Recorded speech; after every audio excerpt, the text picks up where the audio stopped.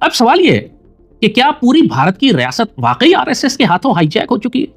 यह बात पाकिस्तानियों के लिए समझना बहुत जरूरी है, क्योंकि अभी भी पाकिस्तान में एक बहुत बड़ी लॉबी है जो ये ट्रस्ट करती है कि जो उनकी सुप्रीम कोर्ट है वो फैसला करेगी, जो गलत फैसले आरएसएस जो बीजेपी की हुकूमतें कर रही हैं उसको रोकने के लिए सुप्रीम कोर्ट एक काउंटर बैलेंस का काम अदा करेगी, या जो ऑपोजिशन पॉलिटिकल पार्टीज हैं वो कोई रोल अदा करेंगी, या मीडिया कोई रोल अदा करेगा।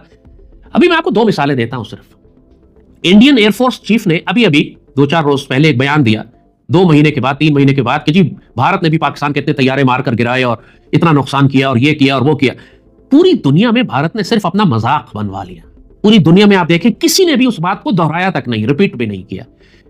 इंडियन एयरफोर्स चीफ इतना संजीदा, इतना सीनियर, इतना बड़ा आदमी, किस तरीके से उसने कैरियर के आखिर में अपने आप को दुनिया के सामने जलील करवाया सिर्फ आरएसएस के कहने पे, क्योंकि ये मुकम्मल तौर पर आरएसएस के कंट्रोल में है। अगर ये जरा सा भी इनकार करता है, इसको ओहदे से हटाकर किसी दूसरे शख्स को ले आते, तो उस एयर चीफ ने आखिरी उम्र में जलील होना पसंद किया ओहदे पर बैठने के लिए, बनिस्बत इस बात के कि वो मोहन भगवत को इनकार करें। इमेजिन करें, ये तो इनकी आर्म फोर्सेस का लेवल है। तमाम आर्मी, नेवी, एयर चीफ और सीडीएस और जो भी इनकी मिलिट्री ब्यूरोक्रेसी है, तमाम की तमाम या तो आरएसएस के हैं या आरएसएस के इतने कंट्रोल में है कि वो रिफ्यूज नहीं कर सकते, नो नहीं कर सकते आरएसएस की लीडरशिप को।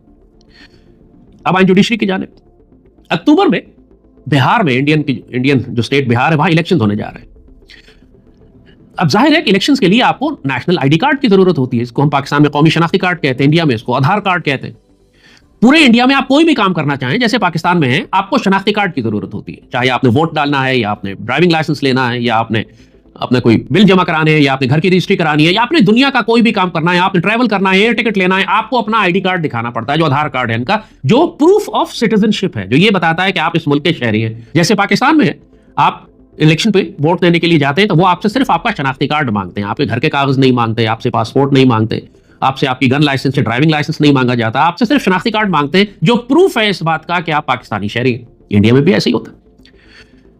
जो बिहार का सूबा है, वहां पर आरएसएस और बीजेपी ने यह देख लिया था कि ये बुरी तरह से हारने जा रहे हैं। अब इलेक्शन रिगिंग करनी है इन्होंने। रिगिंग कैसे करें?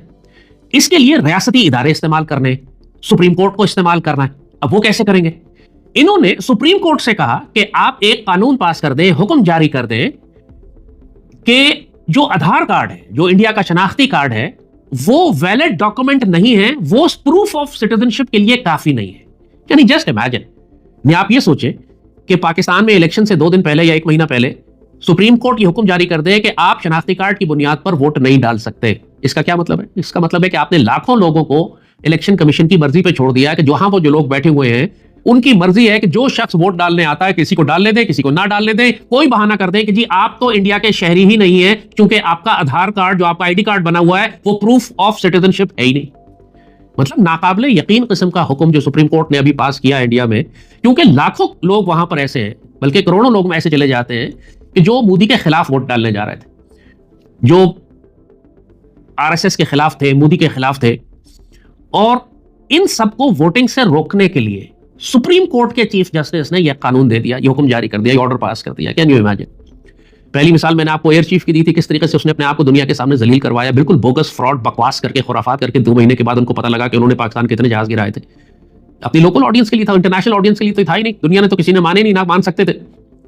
और दूसरी जाने सुप्रीम कोर्ट का हाल आप देख लीजिए।